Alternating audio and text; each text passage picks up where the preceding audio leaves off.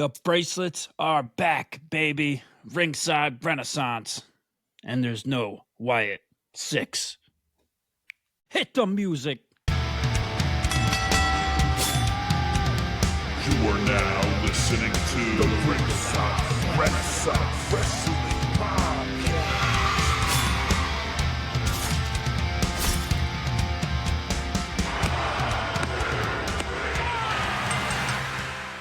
We're back for another episode of Ringside Renaissance, and we're here for the WWE Bash in Berlin review, baby. Yeah. And I'm here with pretty, deadly Jesse. And I'm Andrew Kombat Jones. Yeah. All right. Here we go. Bash in Berlin. What's going on? People said, was this a bad PLE? And I said, 9. Yeah. I said, du hast mich. So good. Everything's good, man. Bash in Berlin was pretty good. It's pretty solid. I think pretty predictable, but I enjoyed it nonetheless. Yeah, I enjoyed it. Some people didn't, I guess. I don't know. Can't make everybody happy. No. Where would you rank this among the PLEs, the European PLEs that we've had?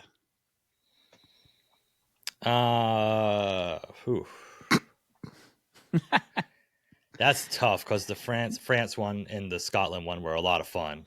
Scotland was good. Yeah. France was good. They had a good crowd for AJ Styles. I would rank it as one of the top 5 European PLEs this year. Fair enough. Yeah. I put it up there. It was good. There was a lot of hype around it. The matches themselves were good, but like I said, the predictable outcomes kind of take you out of it a little bit. But yeah, there's a couple little bit of swerves, I guess. I was surprised there was no bloodline whatsoever. Yeah, in any of it, you know. So no bloodline, no Jey Uso, who's in the bloodline, I guess. But. Well, he is, but he's not. Yeah, no Jey Uso, no Sami Zayn. No Braun Breaker. No LA Knight. No LA Knight. Yeah. No Nia Jax. No Bailey. But I do have to say, because we'll kind of just talk about maybe the SmackDown before a little bit. Like Bailey coming back because Michin and Nia Jax had that street fight, and Bailey came back with a vengeance, bro. Yeah. The SmackDown was interesting to say the least. Mm-hmm. It was there in the same arena, I believe, at the Uber arena. Yeah, they called it Uber to the Uber. And yeah, Bailey came back for that street fight with Michin and Nia Jax, but the crowd was pretty crazy for that SmackDown. I will say, as they were for Bash in Berlin. But when Michin came out, the crowd did not pop at all. They were like silent. Yeah. She came out with the whole shopping cart too. She stole the shopping cart. She had, that old Raven vibes. Yeah, Raven. Yeah. But the crowd was not into that one. At least for the entrance. Yeah. I noticed that Germany has totally different trash cans than we do. Their trash cans looked really suspect in that match, but it was flimsy. They were just weird. I don't know. Let us know in the comments if you're from Germany and your trash cans are different. Yeah, and then she had the shopping cart like Raven that had like the little quarter chain thing on it. I've never seen that. Yeah, it was pretty good. Bailey came out. Tiffany teased another cash in. I almost thought she was going to do it for a second. She got me. Yeah. Then she just staring at Nia, and Nia is like not unconscious anymore, and just fucking Nia Jax, man. Ugh. Yeah. So this is going to be the thing is that, so we know we're not going to get another women's champion until Tiffy cashes that in. That's where they're going with the story. How would somebody beat Nia Jax for Tiffany Stratton to cash in after? Like the story is based around Tiffany cashing in on Nia. So yeah, they're going to have that drama. Yeah. Yeah. And so any women's title matches leading up to that, you can kind of know the outcome. Nia Jax stuffed fucking Michin in that fucking trash can and gave it a bonsai drop or whatever the the hell. Annihilator. Yeah, that's a real stink face for you. The Bro, annihilator. I know if I was in a match with somebody and they dropped on me with all their weight like that, when we got backstage, we would fucking tussle because. Yeah, and with her track record, she probably did let it all go down. Yeah. Oof. There's no way to stop that. But yeah, so we had the LA Knight against the Open Challenge, and who answered the challenge? But ladies and gentlemen, I deserve all your gratitude. Ludwig Kaiser. Monster Pop in Germany for Kaiser, and yeah, the crowd was against LA Knight for a bit. And what did they expect? What did WWE expect with that one? But yeah, it was back and forth somewhat. Yeah. Very solid match though. Yeah, good match. Yeah. Kaiser and LA Knight are two of my favorites in WWE. So to see them in a match together when Kaiser's on Raw, so you don't see that often, or at all. But yep.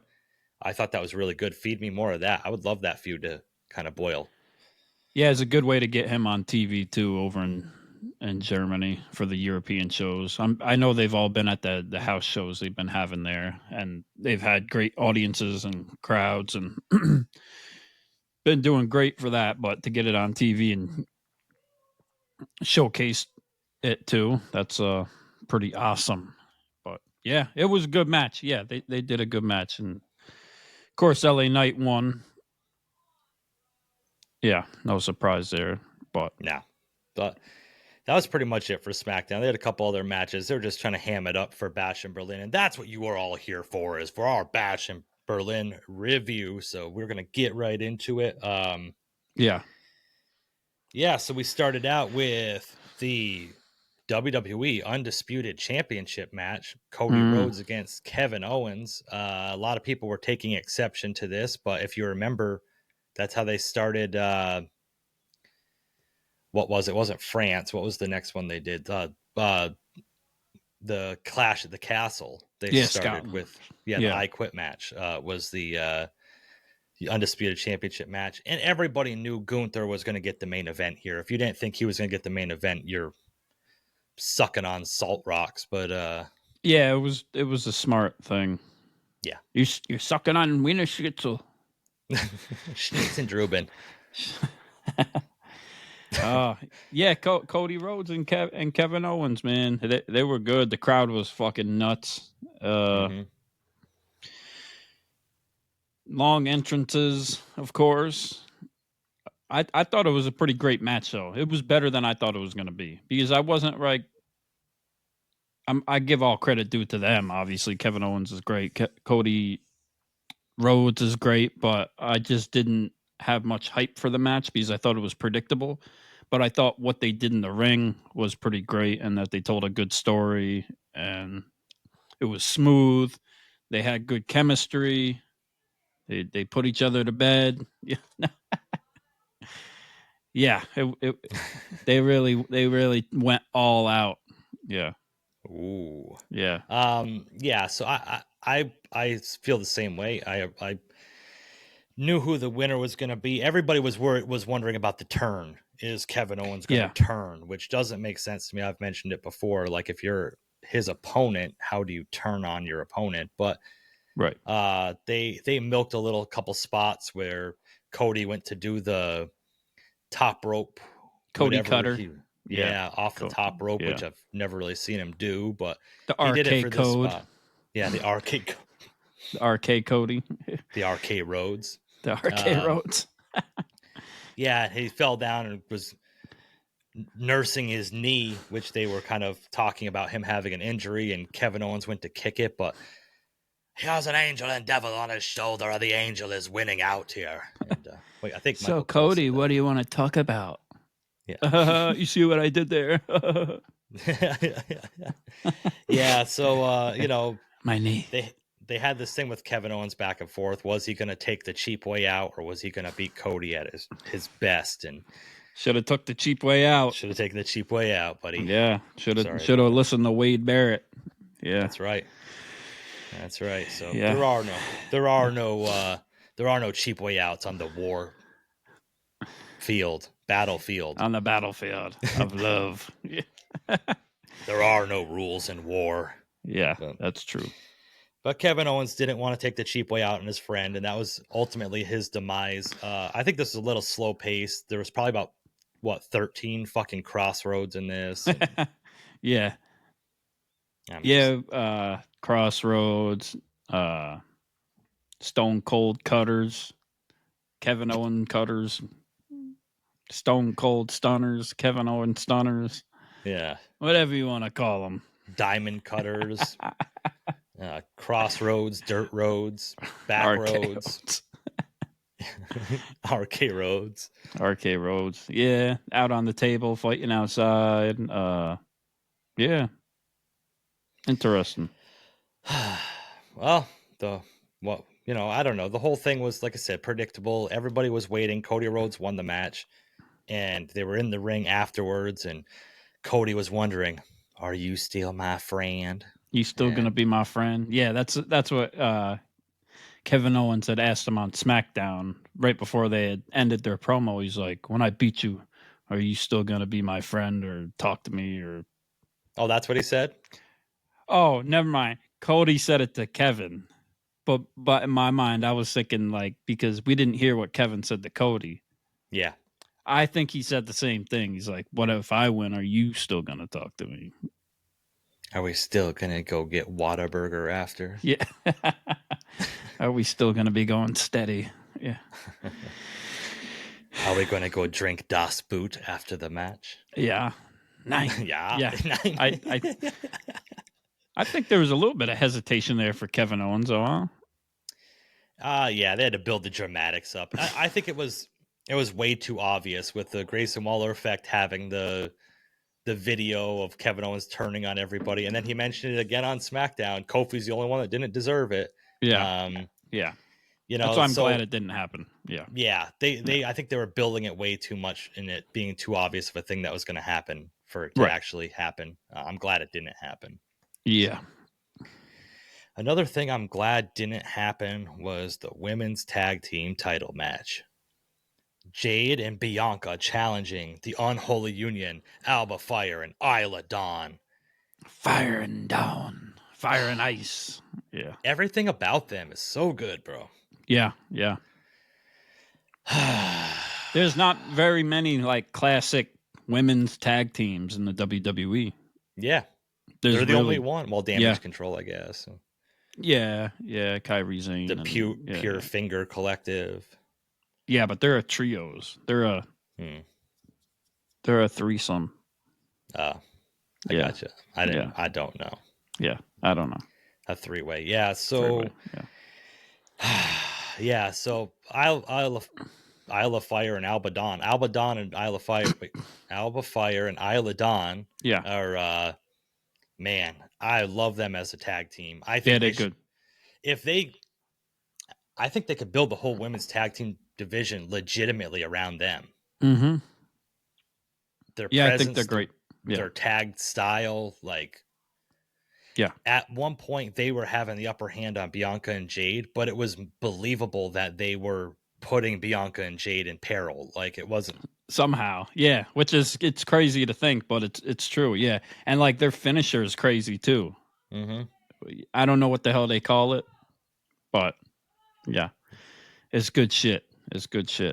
Yeah, I was really impressed with them again, and I was impressed with Bianca and Jade too. But I think you and I are waiting for something to happen with them that just isn't happening yet. So not yet. I wasn't sure if they were going to go about it with them losing and then maybe Bianca turning on Jade, or if they were going to get the titles. But I guess Jade still needs Bianca around a while.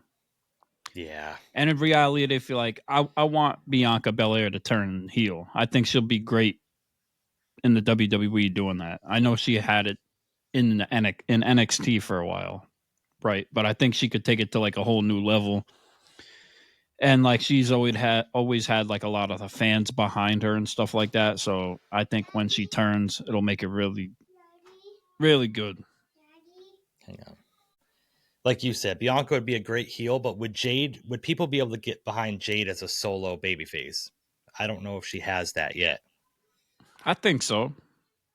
Well, yeah, I don't know if she has it yet. That's why I think like with Bianca turning on her, it could help her because they'll still be together, but they won't be together, in a way to kind of feed off each other. But the only thing is, if Bianca does turn on her, I feel like their match would be better if it was like at WrestleMania or something. So they got some time to go with these tag titles, and yeah. And then like what would happen with Naomi? Because Naomi's friends with both of them. Like what side would she then take Jade under her wing and help her out because Naomi's a babyface? And Bianca can just mess her up and do all types of unspeakable things to her. I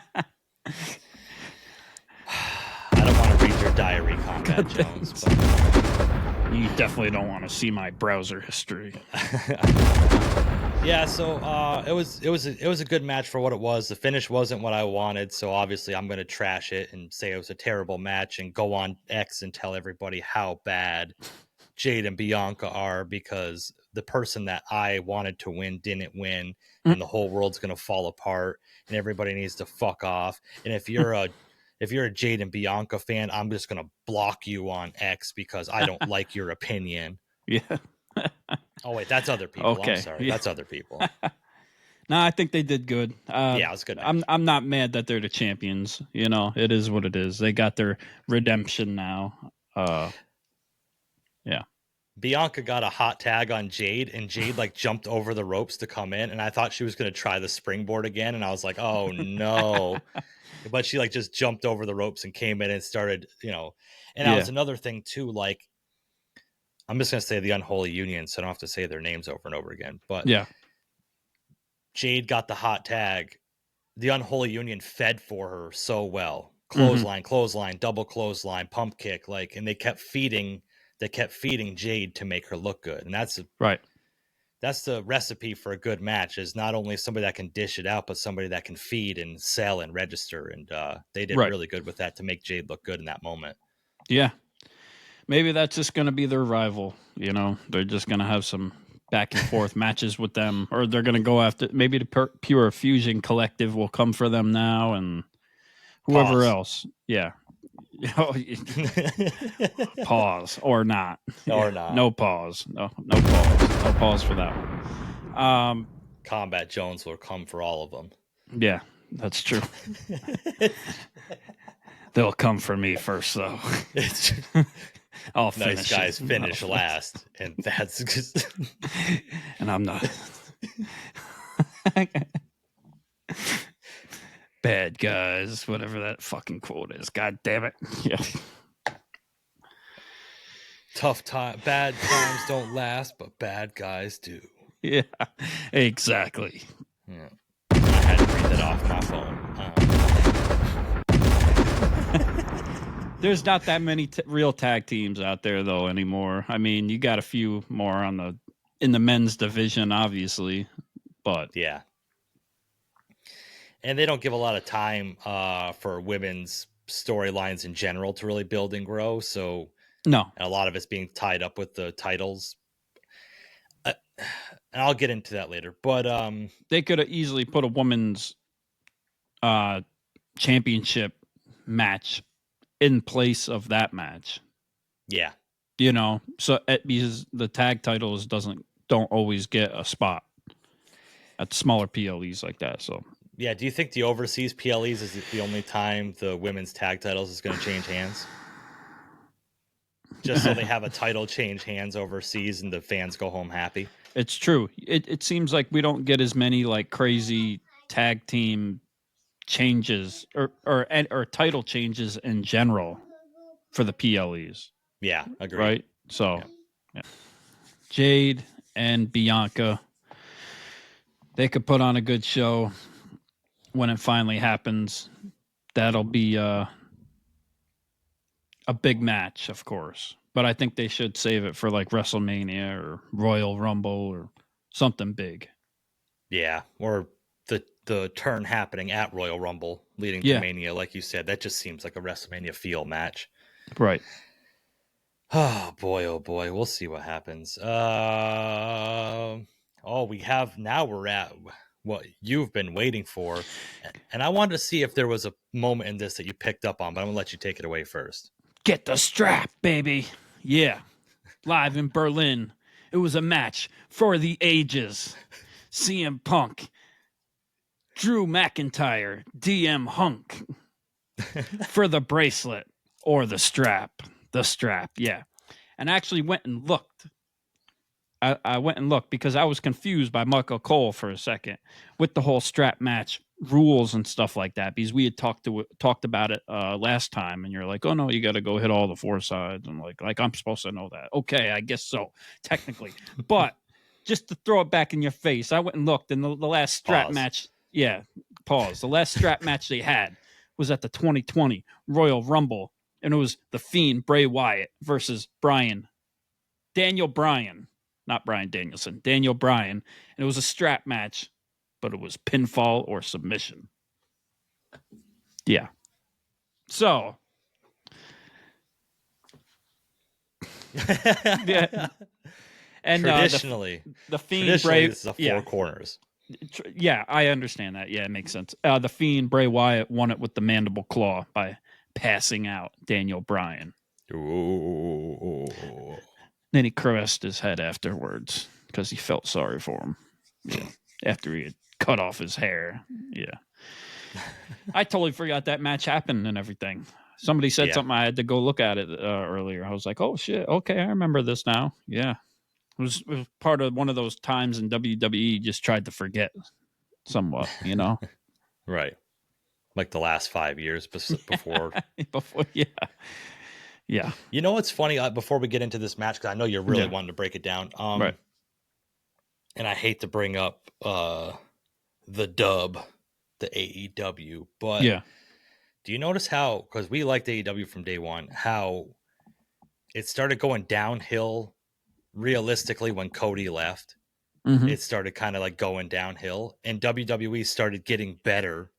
Right. When Cody went to, I mean, they had the bloodline thing, which was good and stuff, but things really started heating up in WWE once Cody kind of he showed up, debuted at WrestleMania with Seth Rollins. Yeah, I agree. Yeah, and AEW was at their high when Punk sort of showed up, and he started doing those little things like we didn't know where Bray Wyatt was going, we didn't know where Daniel Bryan was going, we didn't know where Adam Cole was going. CM Punk was writing the initials on his shoes, on his Nikes and stuff like that. Like there was little things, and it seemed to be building, and the momentum was picking up, and then Cody left, or, you know, and yeah, it was all around the same time somewhat.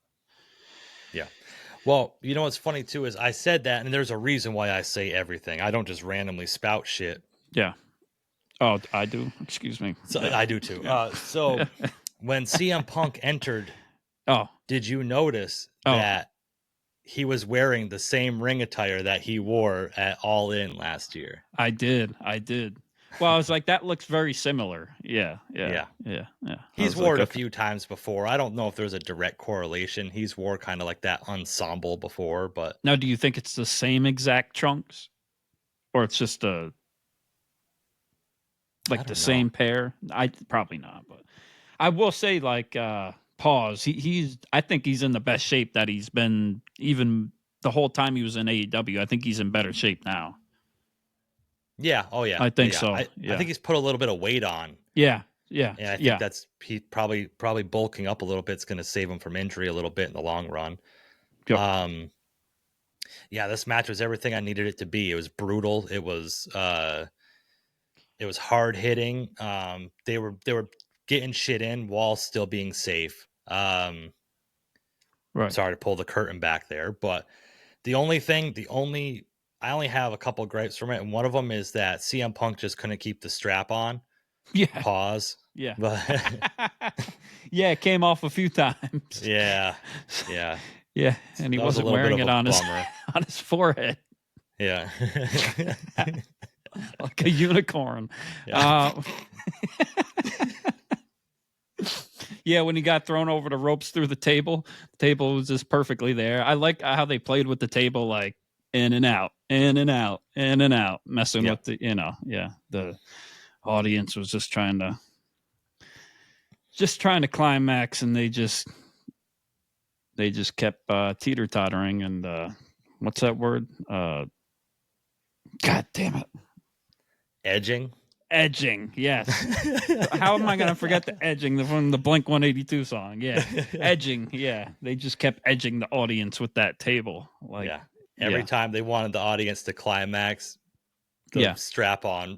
CM Punk couldn't keep the strap on. Yeah, but it was good though. Like Drew came out, had a great reception from the crowd. Like played it off very well. He played it off very well going into the match, even with like the pre-show from the day before, and like all his social media. Very funny, very hilarious. Drew McIntyre is fucking great. CM Punk got a great reception when his music hit and came out. Went to get on the outside of the ring, and Drew attacked him before the match even started, which was good. Good way to get. I was like, oh shit, here we go. Time to start the shenanigans again. Yeah, and that's where it makes a lot of sense too, because these guys are in a blood feud. We're gonna calmly wait while the referee puts the strap on both of our wrists and the bell rings to start fighting. No, like fuck him. I'm gonna go after him. Like that. Just little nuances in storytelling that are really great. Now for the older strap matches, did they have like those lights above the turnbuckles for that type of thing, or is this like new technology? Yeah, no, they have in the past, but it's a WWE thing, I think. Gotcha. Okay, yeah. Oh no, I think for the MJF CM Punk match, they had something similar to that. No, that was a dog collar match. Oh, you're right. I'm sorry. Yeah. You're right. No, I had mixed that up the last time. I was like, oh no. I mixed up the Brody Lee and Cody one. I thought that was a strap match, but that was a dog collar match also, and that one happened before MJF and there's been a strap match that I've seen that they had those lights on it, but that wasn't like they didn't have that shit in the 80s or anything. That was kind of just a and I know they threw it back because CM Punk had a strap match with Umaga, I believe. Yeah, and he'd won that one. Yeah, which I've never watched it. Which is crazy enough to say. Yeah, I had to go check that one out. But Umaga, yeah. Like William Regal, Umaga. Yeah, this was everything I wanted it to be. The finish was a little flat to me. I was kind of taken out by the finish a little bit. But he kind of got buried by CM Punk a little bit with all 3 or 4 GTSs. Yeah, how slow it was, and like GTS, one corner, walk over, up, GTS, second corner, GTS, third corner. That's GTS, what I heard. Bracelet, fourth corner. Some people were that I'd seen a couple people complaining in the IWC that like they thought the match took too long, or like they're just like, come on. But I'm like, they're selling. Like this is what they're gonna do. That's what Punk's gonna do. Like they're old school shit like that, and Drew's gonna follow suit too in that type of way. If Drew wants to put it in the 5th gear, he can. Yeah, and I don't necessarily think the match went too long or dragged out. I think the finish dragged out a little too long. And on top of that, that comes right after CM Punk put Drew in the sharpshooter, and Drew was tapping out to it and everything. Let go of the hold. Let go of the hold. Let go of the hold. So we get Drew tapping out and then getting 4 GTSs before the end of the match. Like that was pretty. Punk made him pay, but Drew's gonna be pretty fucking upset after this. Like, I thought it was good though. Like, out of strap matches that I've seen or I remember, like, there's not many in recent history, so I'll say it's my favorite one. But that doesn't mean much, I guess, either. Considering my bias. But I liked it. It was my favorite match of the night. Yeah, and mine as well. And I think like what we were joking about the strap falling off Punk's wrist and stuff, but like that spot that he got thrown over the top rope through the table, I would rather the strap detach than like them get tangled up and one of them get seriously hurt. Right, right. So it probably has like a release or something like that on it. Yep. That, and then the other time, it's because if you would have had it like completely like tied to your like Velcro or something like that, you could really hurt yourself even more so if you're going to do a spot like that, or just other things like they say like those the strap matches and like the dog collar matches obviously are very, very dangerous because you're trying to do moves and that thing goes certain ways and you can't always control it. And just to work around it, it's not easy, behind the scenes, as being the wrestler, I'm sure. Right. Even more so to make it look there's good. Unforeseen things like getting tangled around one person's ankle and they don't notice it, or there's little things that can happen in those matches that are us being fucking couch warriors sitting there critiquing every little thing, but right. And I mean, that part didn't bother me because that's just what happened. Yeah. That's just realistic. That's what would happen. You know what I'm saying? The ref put it back on. Right. And I can say with full certainty that Kombat Jones and myself are in peak physical condition, and we're not like those ones that are neckbeards that sit on the couch and eat nachos and sit there and critique every single move in a wrestling match but can't bend down to tie their shoes. We're not like that. But yeah, I put this thing on the line if there's a word somebody earns a spot, but ain't nobody earned it yet. Yeah. Ooh. Yeah. Come at him. Yep. Let us know in the comments who's worthy of a shot against Kombat Jones. Yeah, just to let everybody know I don't play fair though. I'll do what I got to do to keep shit. I love how you just have that on standby. Yeah.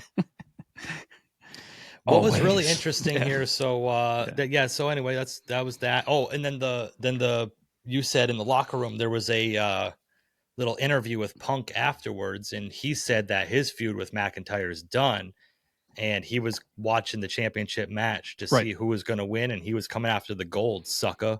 Yeah, sucker. Yeah, whoever is the better man, he's going to end up being the better man because he's coming after it.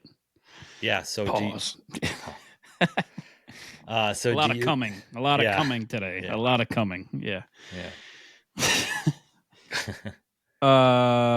Whoever gets the finish, I'm coming for you. So you're asking what I think is going to happen with it? Do you think the Punk and McIntyre feud is over? No. I think I think Punk thinks it is. And I think I think Punk is going to get like they're going to have some type of tournament or triple threat or something like that to determine who's going to be the next challenger to Gunther, right? And Punk's going to be in it, kind of like Drew McIntyre was in like the Money in the Bank thing. And it'll be for who faces Gunther at Bad Blood.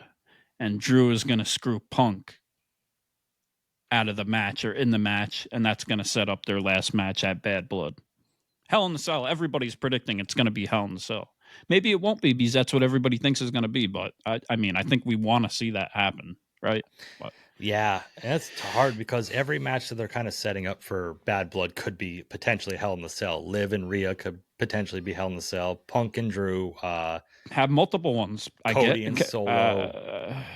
Or is that too much to have multiple Hell in a Cell matches? Have the whole event in fucking Hell in a Cell. Fuck it. Yeah.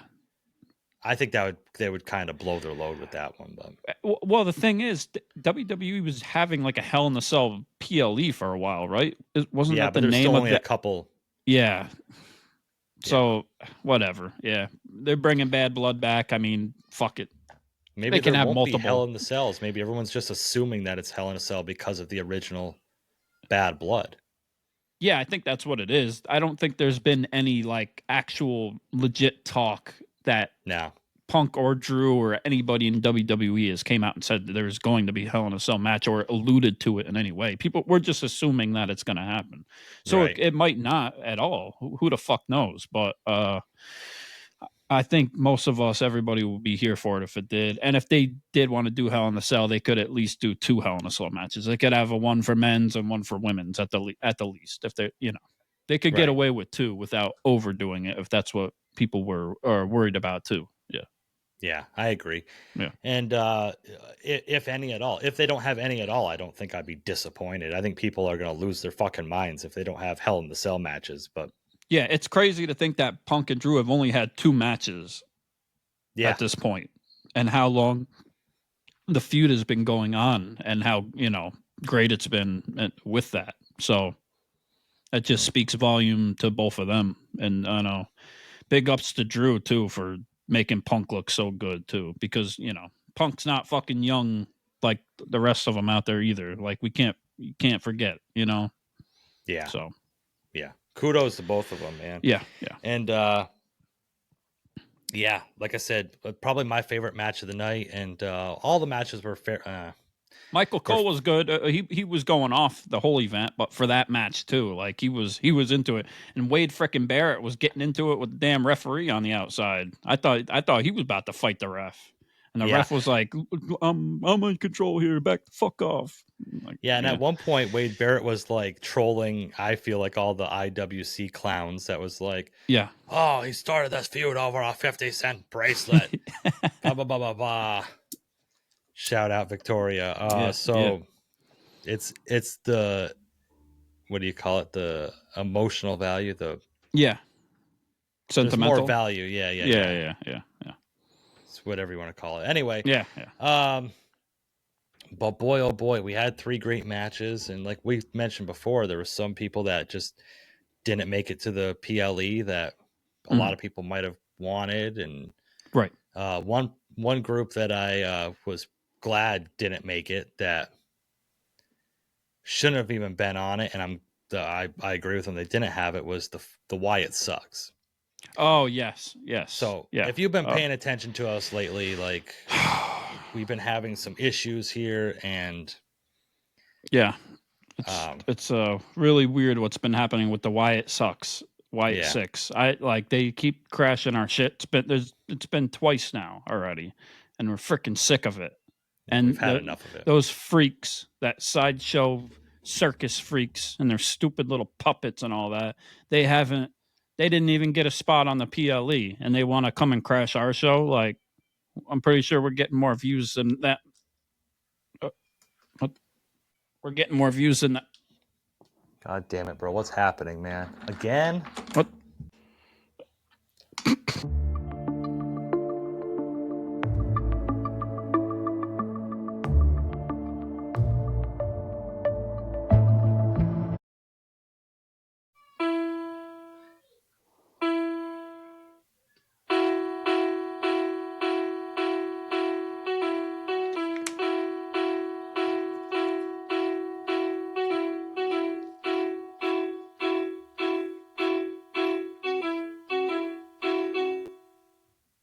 Ringside Renaissance. We are not done with this. You have been doing too much talking. You must think this is a joke, not more than us. And we are so in our feelings over all of this because we did not get a spot to go to Berlin to get Wiener Schnitzel. We couldn't get our fog machines past customs, and that made us really angry. And that makes me even scarier. We tried to make the flight, but there was Whataburger at the airport. And what those milkshakes did to us. That bathroom had aura. Our beef is not only with you, Pretty Deadly Jesse, and Kombat Jones. It's with Levesque and WWE. You would not have us at your bash in Berlin. No. We have the best feud going in WWE right now. We have unmatched aura and cinema.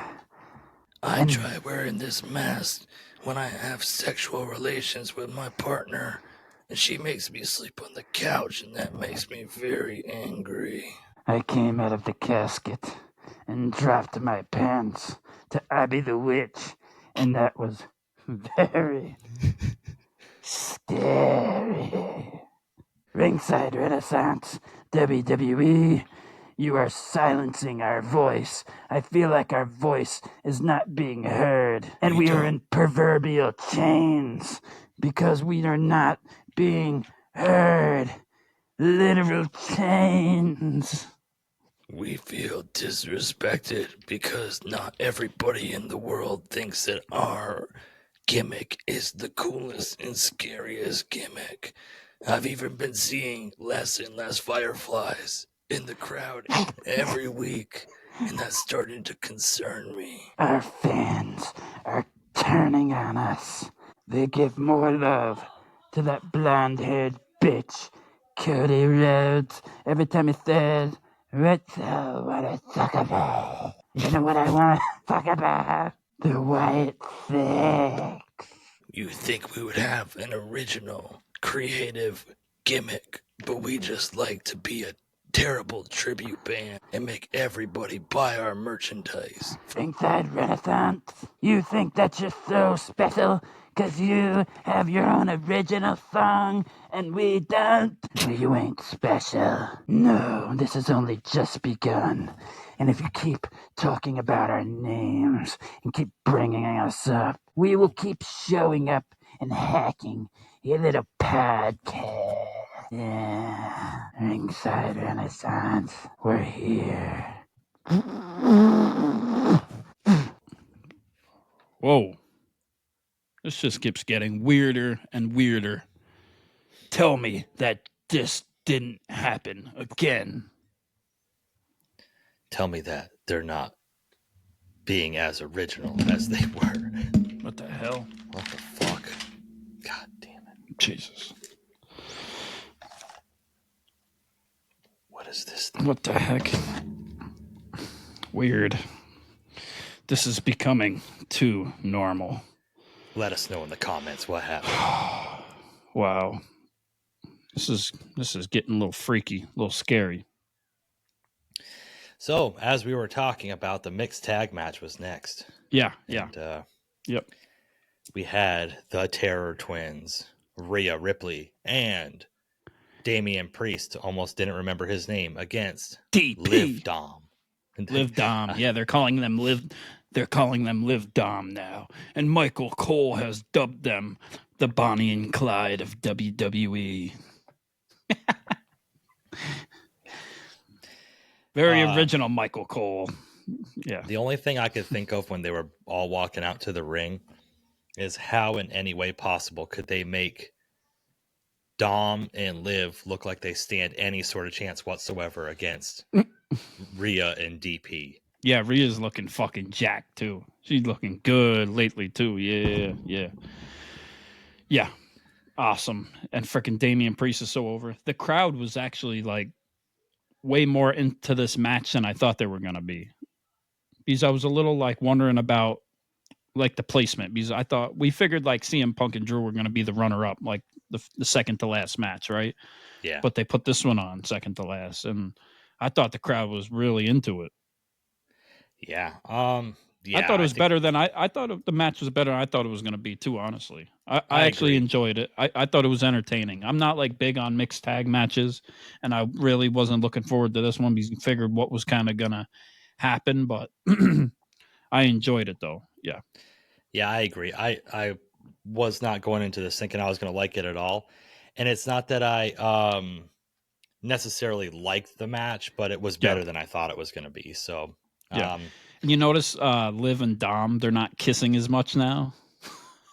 Yeah. You think Mrs. Mysterio might have had a problem with that? Yeah.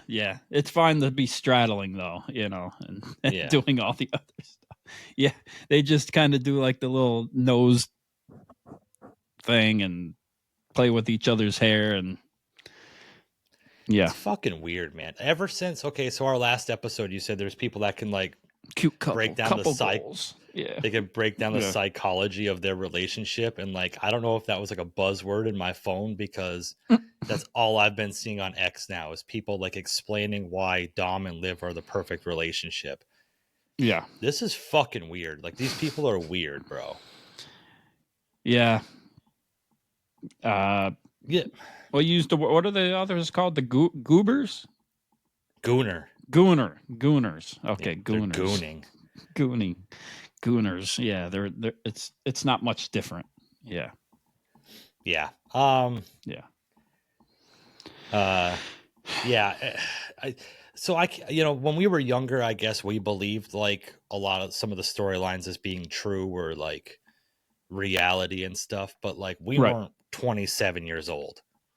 Like this is kind of a lot of I mean, Macho Man Randy Savage and Miss Elizabeth was a little different. Right, yeah, because they were actually together. They were actually a couple. Like, remember that bullshit story with Bobby Lashley and fucking Liv and who was it, Miro or Rusev too, and the whole and Lana and that was the worst. That was the worst. Horrible. Absolutely horrible. That's why I'm proud of Liv, where she's came through. Because she's had to kind of fight through a lot of bullshit storylines they'd put her through, and she had her moments, and she's kind of got to this point where at least she's doing her thing, and you could tell she's kind of happy where she's at with that. So I give her credit there. And her shoe game is unmatched. Yeah. Check it out. I ain't lying. You can't put over anything she does in the ring. So you're like, oh, her shoe game's unmatched. Shout out to pro wrestler Liv Morgan. Her shoe game's unmatched. It's not, oh, she's got a killer suplex or shout out to her shoe collection, complex and cool kicks. Yeah. she deserves to be women's champion. Do you see the eyeliner she puts on? It's fucking phenomenal. Nah, she did good in the ring though. I thought she had some decent spots with Rhea and all that. I just think it's because Rhea sells it so well. Yeah, I agree, but it takes two to tango. You need a good dance partner, so it could be somebody else, and it may not look as good with Rhea. Like, they got a good dynamic going back and forth with the characters they're playing and the story they're telling. With Dominik and like opposite sides of the spectrum, and like the high school crush and the girl taking the guy from the other girl, and the other girl not being cool enough or being different and stuff, right? Mm-hmm. And Liv is good enough in the ring. Like, Liv, that's the thing about some wrestlers, and it's like you could tell they didn't watch wrestling growing up, some of them, right? They got into it for other reasons or because of their athleticism, other thing. It's nothing to take anything from them in that or their accomplishments, because a lot of them have turned out to be great too, but a lot of them haven't. But I feel like the thing that sets them apart with the ones that did watch wrestling is like the intuition and the improvisation in the ring, and just knowing what to do and like what's right and stuff like that. And I think she has that though. Yeah. People are saying she's stealing the moves too now, because she did that other little God, what's the name of that move? I don't think I can even pronounce it. The when she flipped over and slammed? Yes, Seiki Akaya's move for Kutsenko? Kutsenkodal or something? I don't freaking know. I think somebody else uses that same kind of thing in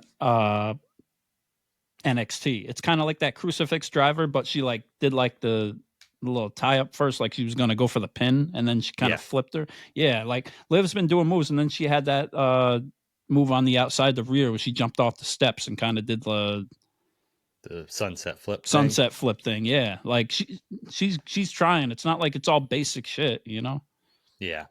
If nobody stole moves from anybody else, then nobody wouldn't be wrestling. So the first person that did a suplex, everybody that did a suplex after him is just stealing the move. Like, yeah, and Punk still hasn't had his interaction about the GTS with the guy.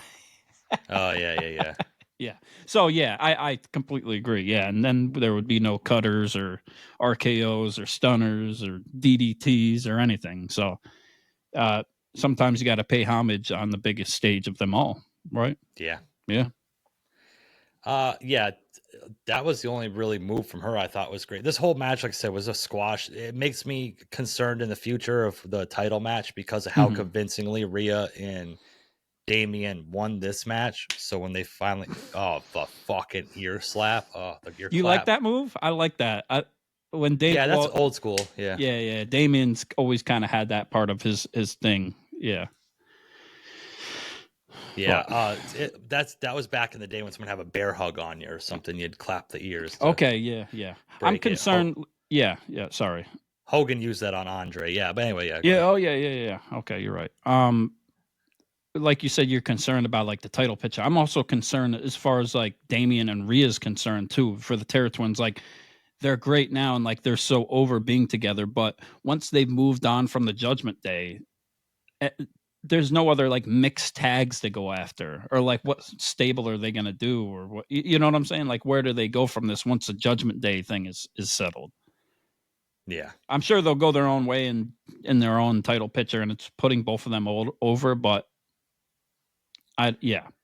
once the Judgment Day's done, they're done as the Terror Twins, as far as I'm concerned. Yeah. I don't see that going on. I think they're just, like you said, together for a common goal, and then they're going to kind of go off and do their own thing after. Yeah. The Judgment Day kind of was all creeping into and helping out, getting fucked up, of course, by all of them. And that's the one thing that was confusing to me was the referee kicks people out of ringside for nothing at all. The referee blatantly sees the Judgment Day like interfering and jumping up on the mat and doing all this nonsense and does not kick them out from ringside the whole time. Yeah. Kind of. Finn got that super kick from Damian Priest on the outside by the announcer's table and kind of just oversold it. It was hilarious. Yeah. Yeah. I think that once this feud is over, Damian Priest is in fear of falling into obscurity. That's what I'm saying. Yeah, because like it's the Terror Twins is their thing right now, and they're at their height, right? And he was when he had the championship, but then what after?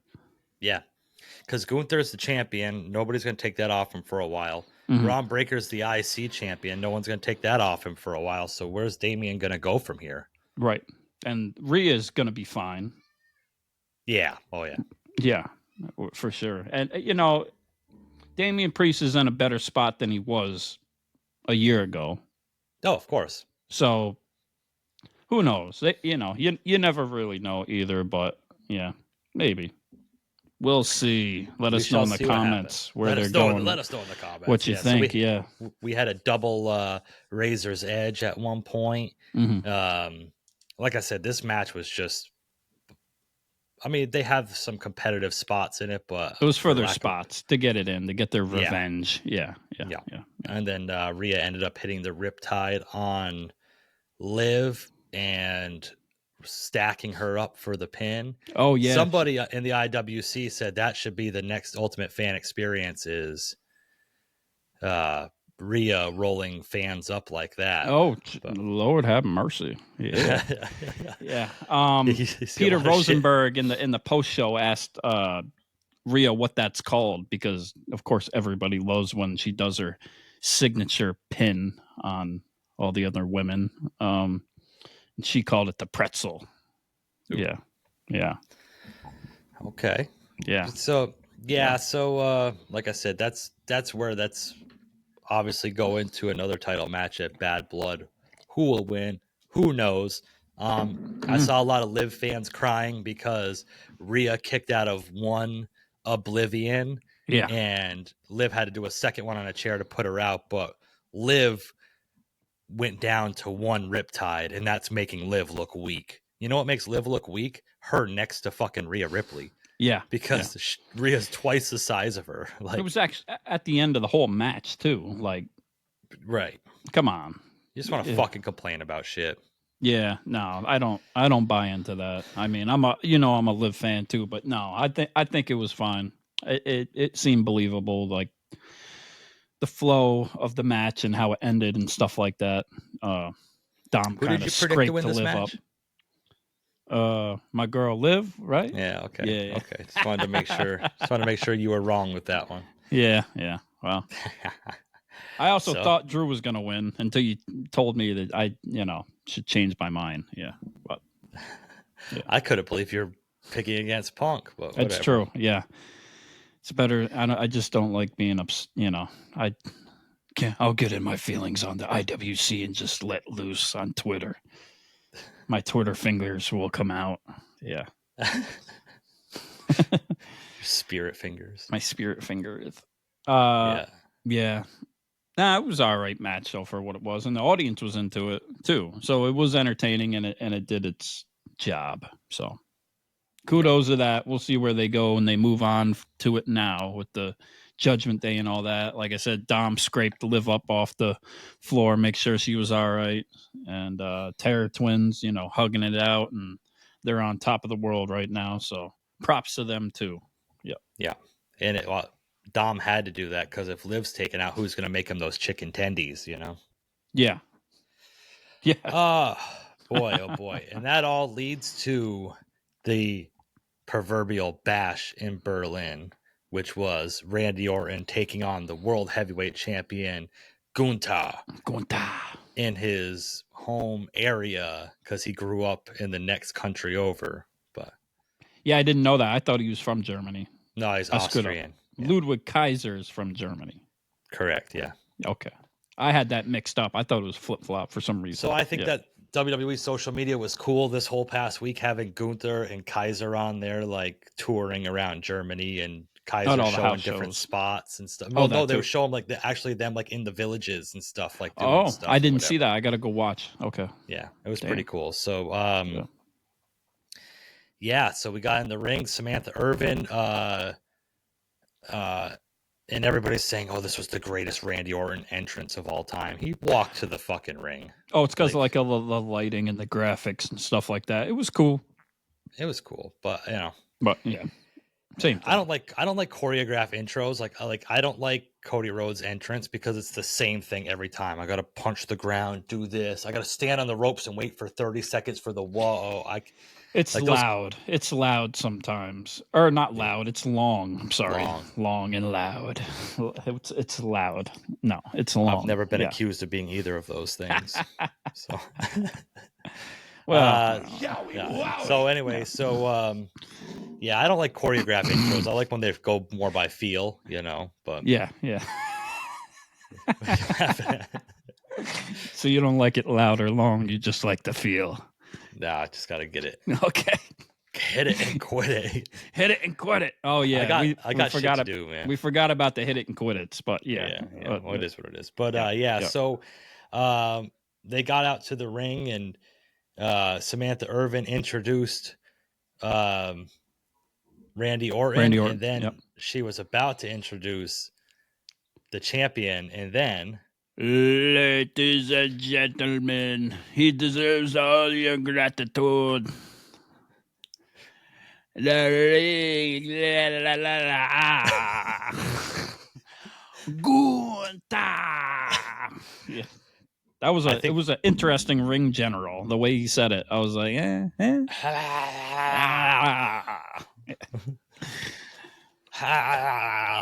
Kaiser almost got himself into some controversy too, huh? At some of these house shows with the his salutes and all that. Like he was waving to the crowd. Someone took a picture of him mid wave, and come on now. Yeah, I don't know. That's what they said in 1939 too. So that's what it is. Nah, I'm just joking. It's funny though. Funny to run with it. These idiots. Yeah. So it was great to see Ludwig Kaiser there. Yep. That's a true friend right there. Yeah. That's a true friend. Like, we don't want this bum ass Samantha Irvin introducing the ring. Yeah. We need a proper one. I really am disappointed because I thought you were going to Google how to say that whole thing in German and do it today. Oh, geez. Yeah. Well, maybe next time. Well, the moment's passed. The Bash in Berlin's over. Yeah. You fucking failed. Yeah, well, maybe next year. I don't know. I think I'd have a Bash in Berlin next year. Maybe. I mean, you got a whole year to learn 3 sentences in German. Do you think you got this? I don't know, honestly. I'm not sure. If it's not on a Rammstein song, it's not on Du Hast, I'm not sure. Yeah. The only German we know is from one song from Rammstein. Yeah.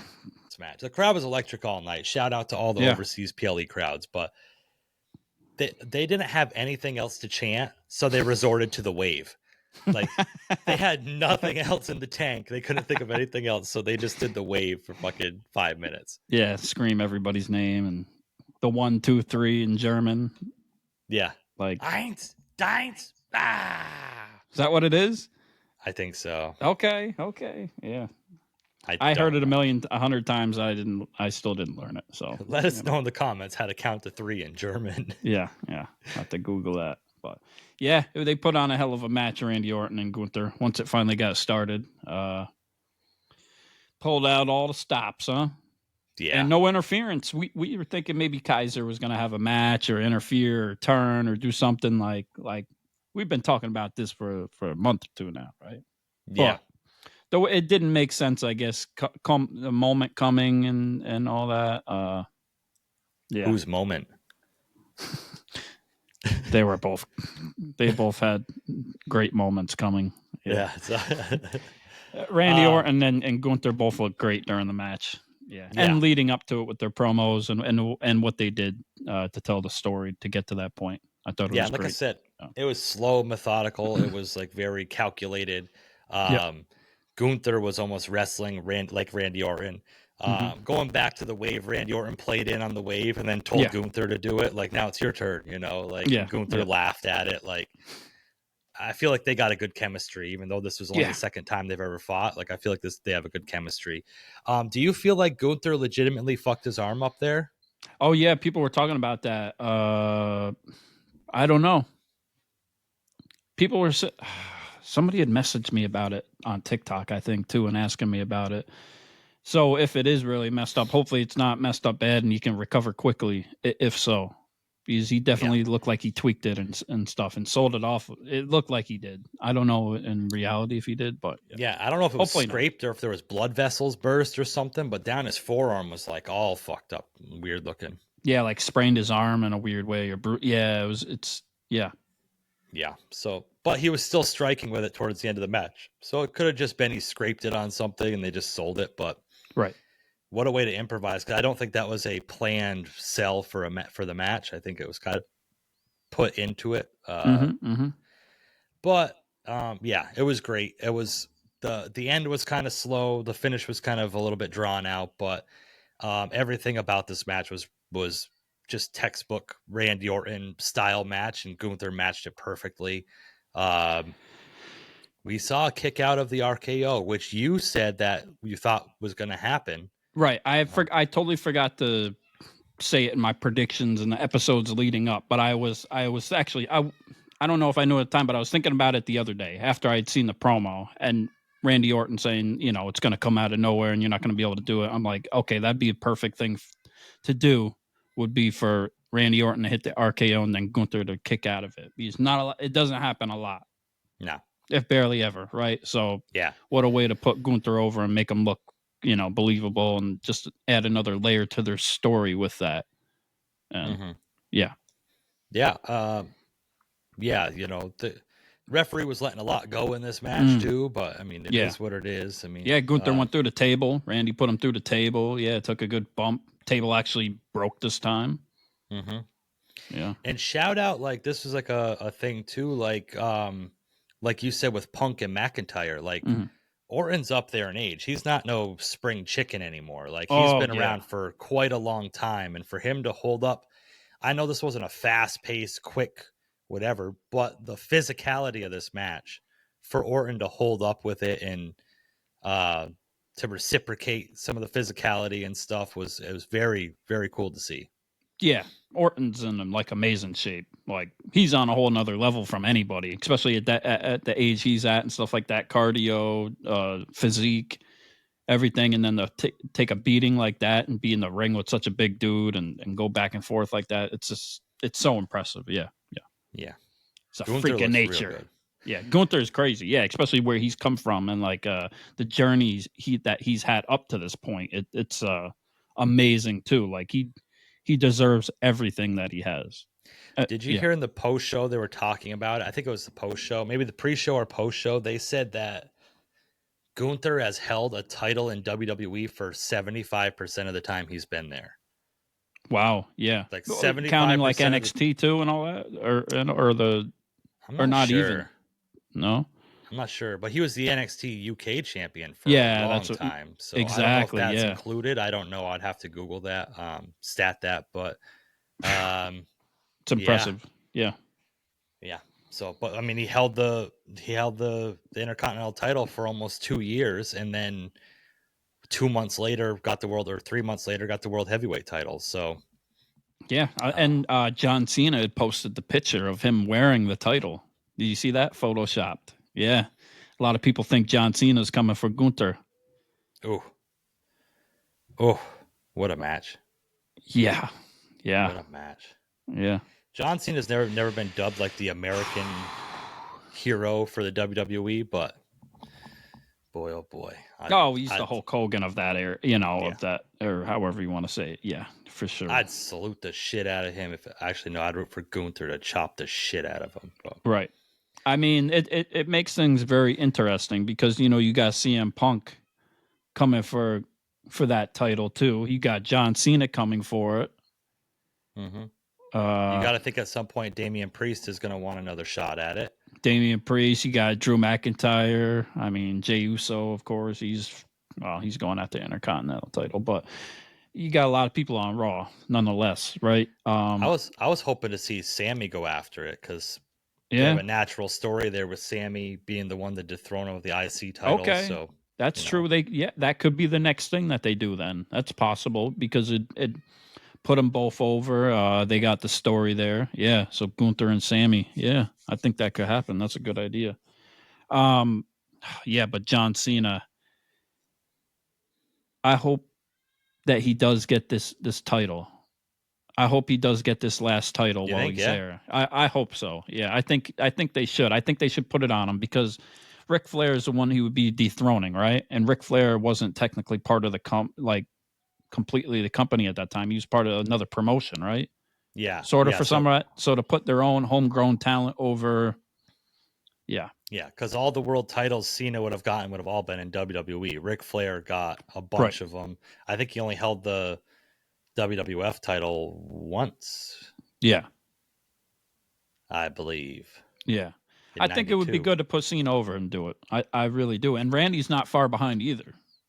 Yeah, Randy's at 14. He's right there. Yeah. So, but man, the Royal Rumble is going to be very interesting to see what they do. And then Elimination Chamber too. This is going to set up a lot of who the hell knows, right?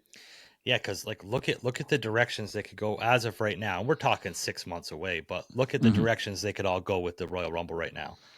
Roman winning it to get a rematch for his title.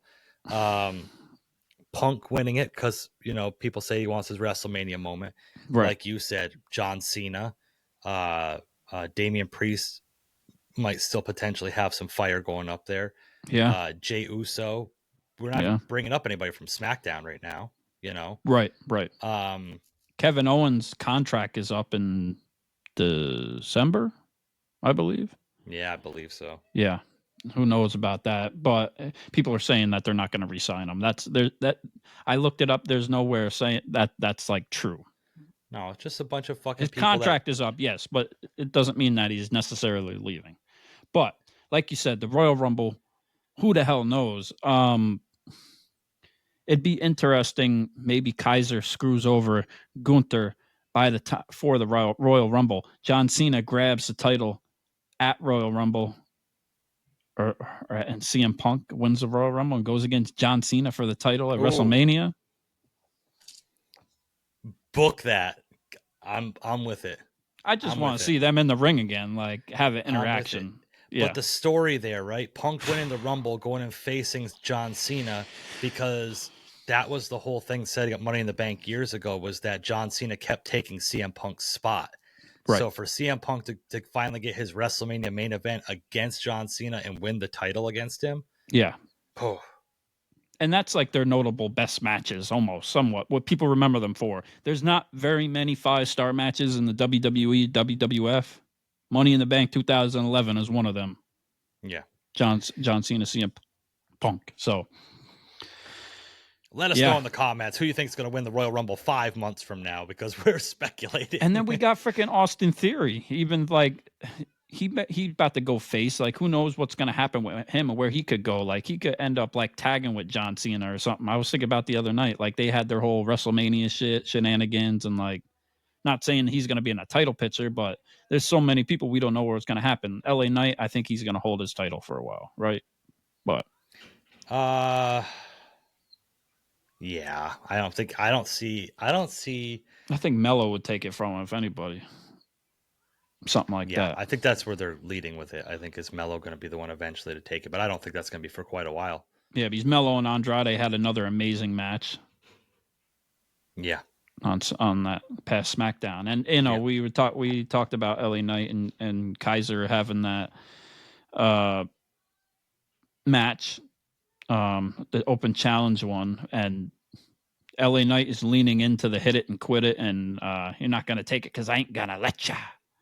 Every time. That's his tagline now. Like, put it on his shirt. He's got it figured out. He's got his fucking sayings, like, with the it's over. Like, right. And obviously he's been watching Ringside Renaissance because the taglines that we highlight are the ones that he's sticking with. So right. You're welcome, fans. Yeah. Gunther had won. Shook it out with Randy Orton and played into the crowd. The crowd loved it. They gave him love. Announced him at the end. Oh, and it broke the record too. Bash in Berlin broke the record allegedly, which is weird. That's trying to, like, if you look, they said it's the highest grossing arena event. So how expensive were those fucking tickets? Oh, okay, yeah. Because it's like, highest grossing. So it wasn't the highest amount of people, because I was like, there was way more people at like that Puerto Rico show, like, and shit like that. So there it's was like, only like 13,000, I think, in Germany. Oh, so maybe it's just so expensive, or maybe it's based on their currency or the way they did it. I don't know. It's impressive nonetheless. Who knows? I don't know if they're inflating it or not. But it was packed. It was crazy. Regardless, and they were happy for Gunther, and Gunther showed the love back, which was cool. And they let him get his roses at home or near home. For him to shake hands with Randy Orton at the end, I thought was really huge. That was kind of a passing of the torch. Yes, I like that. Yeah, a lot of people were like, "Oh, I think Randy Orton should have won." There is no reason Randy Orton should have won this match, even though he hasn't really. Randy Orton is doing the correct thing that I'll say, in my opinion, the correct thing that veterans should be doing is putting over younger talent. They still have a name. It doesn't hurt Orton to lose to Gunther. Right. He's already established. He's already a first ballot Hall of Famer. He's already got his career as one of the greatest in WWE history. Yeah. He doesn't need a 15th title. He just is there to kind of help out the younger talent. And I was all for it. And since WWE has kind of changed somewhat over the last couple of years now with Triple H and the company and stuff like that, the titles seem a lot harder to change hands. Like, they stay where they're at more. Yeah. You know what I'm saying? Makes them seem more legit, more prestigious. You're not just going to have a title change every freaking pay-per-view just because the boss comes in and woke up on the wrong side of the bed that day or something, or didn't get the shit on somebody, or, like that was a backstage thing that I've heard that Triple H likes long title reigns. So right. Buckle in. We got a while buckle before up. we see the title buckle change. Up. Yeah. True. Yeah. I'm sure it won't be like that with every time. We're not going to get a freaking Roman Reigns title reign like that, but at least they're adding some validity to it. That was Bash in Berlin. It was fucking amazing. It was great. Loved it. So entertained. Internet loved it too. Loved interacting with everybody on the internet over it, on all the social media websites, of course. Shout out to everybody out there. We also have NXT No Mercy coming up tonight. Mm-hmm. Joe Hendry against Ethan Page for the NXT Championship. Who you got? Ethan Page. Yeah, most likely. Yeah. I don't know if it's Joe Henry's time yet. I don't think Joe Hendry's he's still signed with TNA. I don't think he's right signed with NXT yet. They're not going to put the title on him, I don't think. But no. Stranger NXT's stacked. NXT is stacked right now though with talent. Yeah. Women and men's. Like, Roxanne Perez putting the title up. You don't like Roxanne Perez? She sucks, bro. You think so? Really? We need to start reviewing NXT more so I can break down point by point why she's fucking terrible. You don't think she's good? No, she's had some time there too. I think she's all right in the ring, but every time she opens her mouth, bro, I want to fucking slam my face against the frying pan. She's doing a good job then. She is the heel now, but yeah. I don't know. I don't mind Roxanne Perez. I think she's all right. Yeah. She reminds me of that table full of cheerleaders that used to sit in our fucking lunch period in the cafeteria. Yeah, okay. I think she's got potential, though. I think she's going to be a champion in WWE. Same with Cora Jade. When she comes back, I think I don't know what she's got it too. Yeah. I think Roxanne Perez has it too. I think she's going to be something. Yeah. Yeah. Well, every rock has a potential to roll. Doesn't mean they're going to do it. So, yeah, we'll see. We'll see. All right.